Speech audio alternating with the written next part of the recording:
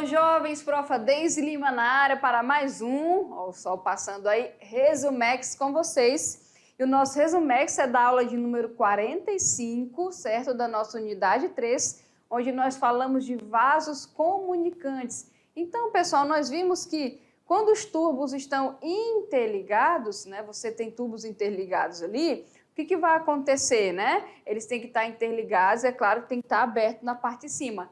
Então, a gente vai ter o quê? A questão da pressão atmosférica aqui, e nós vamos conseguir igualar os níveis. Então, o nível do líquido ele vai ficar igual, certo? Lembrando que o ponto de pressão no mesmo nivelamento também é igual, isso não importa o formato do vaso, tá? Portanto, que eles estejam se comunicando, é por isso que é vasos comunicantes. Tá bom? E nós vimos também, né, que quanto mais profundo um ponto, maior a pressão em cima daquele ponto que nós estamos considerando, ok? Então, a pressão dele ali vai ser a pressão anterior, mais a pressão causada aí por causa da coluna de líquido a ser considerada, que é a nossa densidade, a nossa gravidade e a nossa altura. Então, vamos lá relembrar?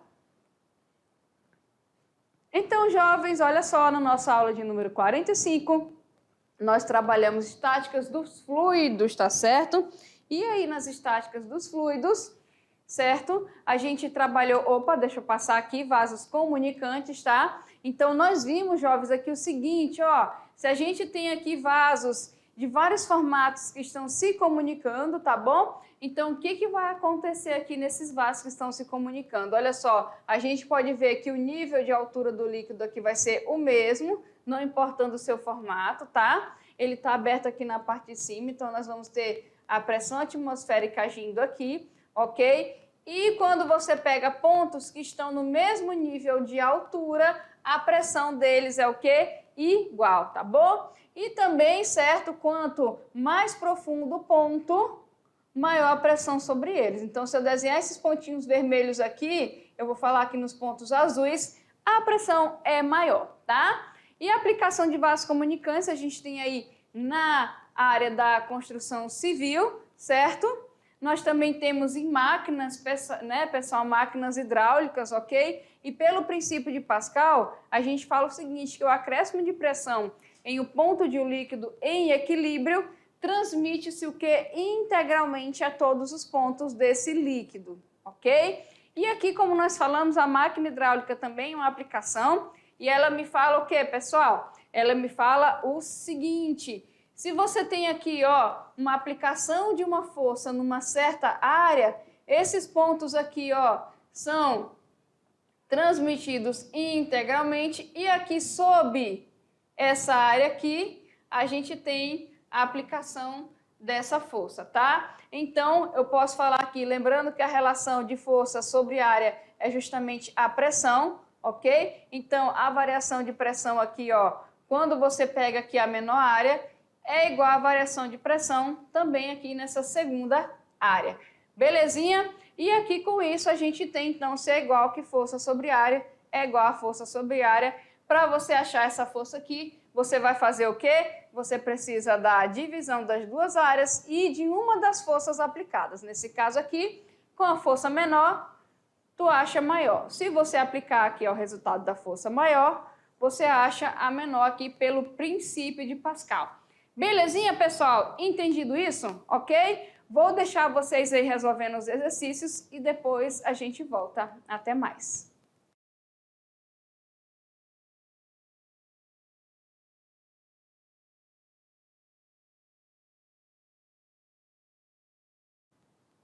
Voltamos, jovens, para tirar as dúvidas que vocês tenham tido durante a resolução das atividades de sala, certo? Estamos falando aí de vasos comunicantes e princípio de Pascal. Então, vamos lá tirar as dúvidas? Então, jovens, aqui tirando as dúvidas, resolvendo as atividades, ok? E nós vamos para o nosso exercício de número 1, que fala o seguinte.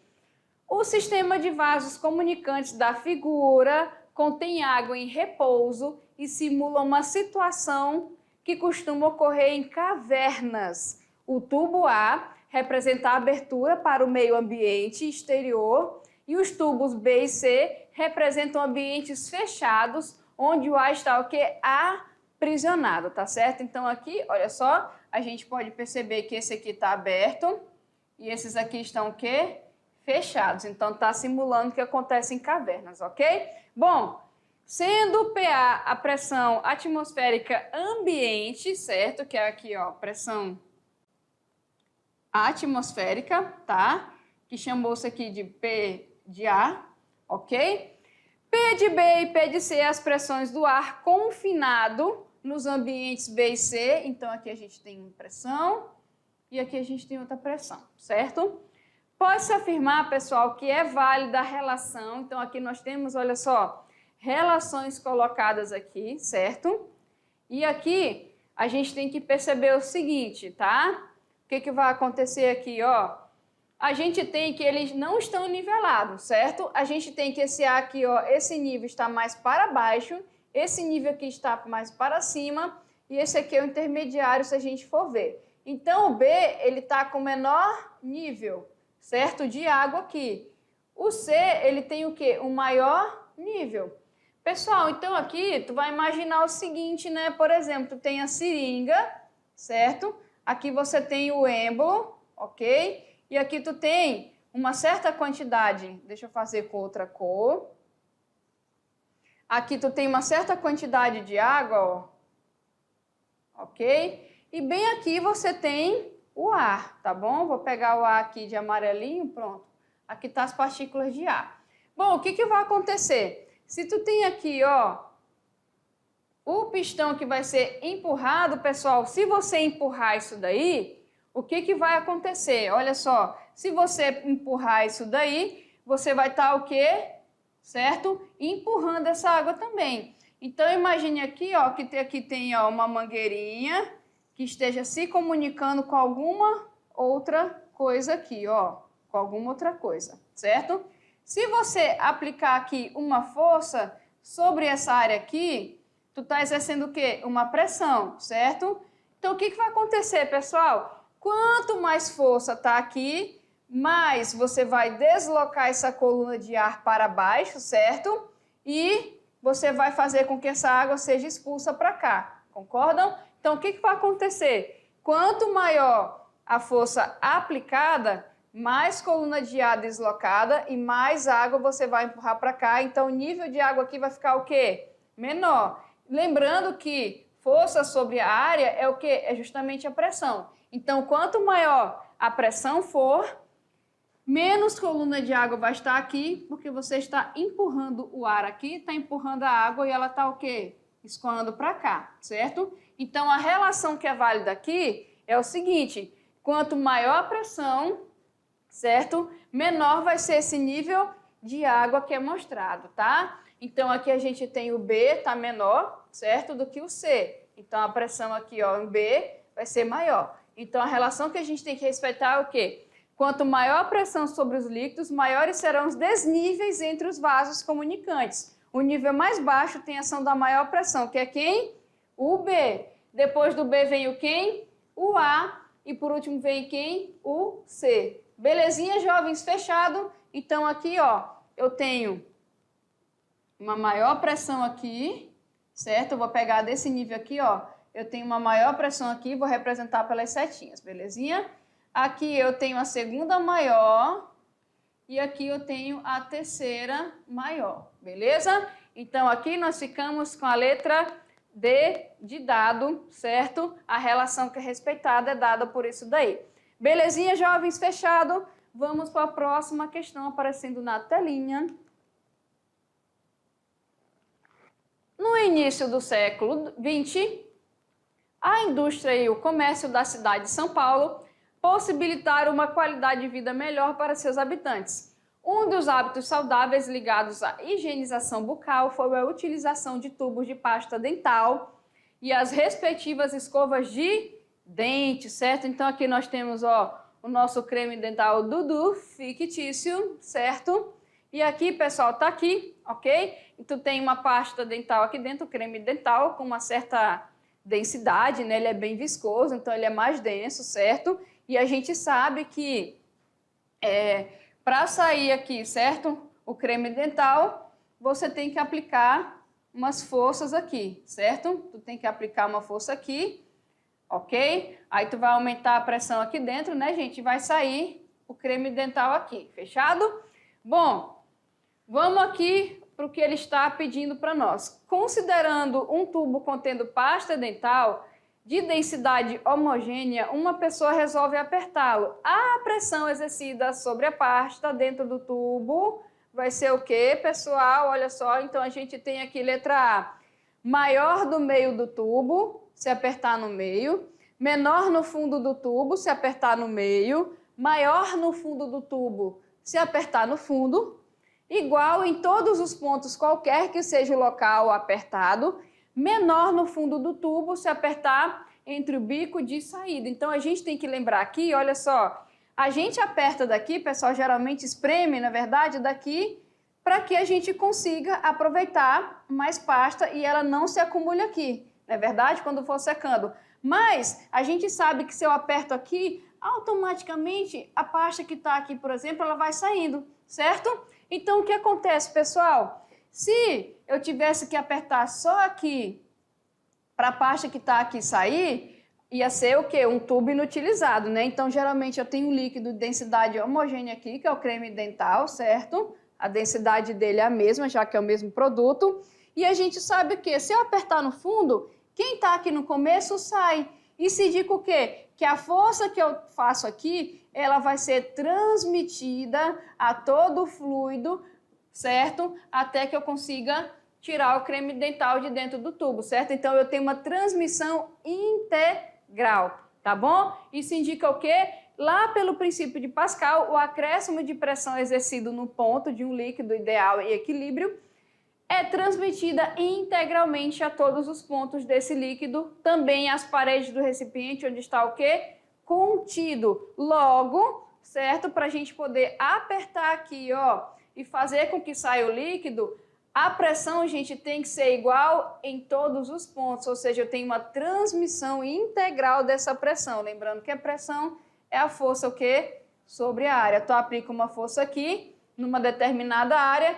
Então, a gente tem uma pressão que é transmitida integralmente para todo o tubo. E a letra que fala isso é justamente o quê? A letra D, igual em todos os pontos, qualquer que seja o local apertado, belezinha? Então, não esqueçam disso, tá bom? Bom, questão de número 3 me fala o seguinte. Um braço mecânico de um trator usado para fazer valetas tem um sistema hidráulico que se compõe basicamente de 2 cilindros conectados por uma mangueira resistente a outras pressões, certo? Todos preenchidos com óleo. A gente até fez, né, pessoal, uma externa, um vídeo, um tutorial a respeito disso e mostramos para vocês, certo? Bom, se no equilíbrio P é a pressão num cilindro, a pressão no tubo, que tem a área 5 vezes maior, aí o que nós vamos lembrar, pessoal? O princípio de Pascal. A variação de pressão, ela vai ser o quê? A mesma, não é isso? Essa variação de pressão vai ser a mesma, belezinha?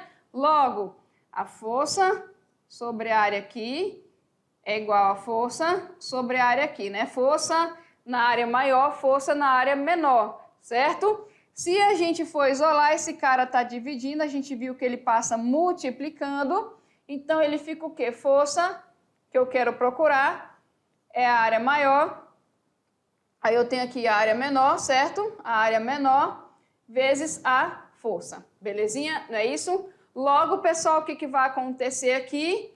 A gente vai ter o seguinte, se eu tenho aqui, ó, uma área, certo? Se no equilíbrio aqui, ó, eu tenho a pressão, eu tenho aqui, ó, tem 5 vezes maior, o que vai acontecer aqui, pessoal? Ó, então, eu tenho que lembrar que a pressão é a mesma em todos os pontos, como nós colocamos aqui, inclusive em cada cilindro, pelo princípio de Pascal. Logo, quando eu falo aqui de variação de pressão, ela vai ser o quê? Igual que é o que nós temos na letra C. Agora, se você fala em força, você tem que fazer comparação entre áreas e força, certo? Falou de variação de pressão, é o quê? Igual. Fechadinho, jovens? E vamos para a nossa questão Enem, última questão de hoje, que fala o seguinte.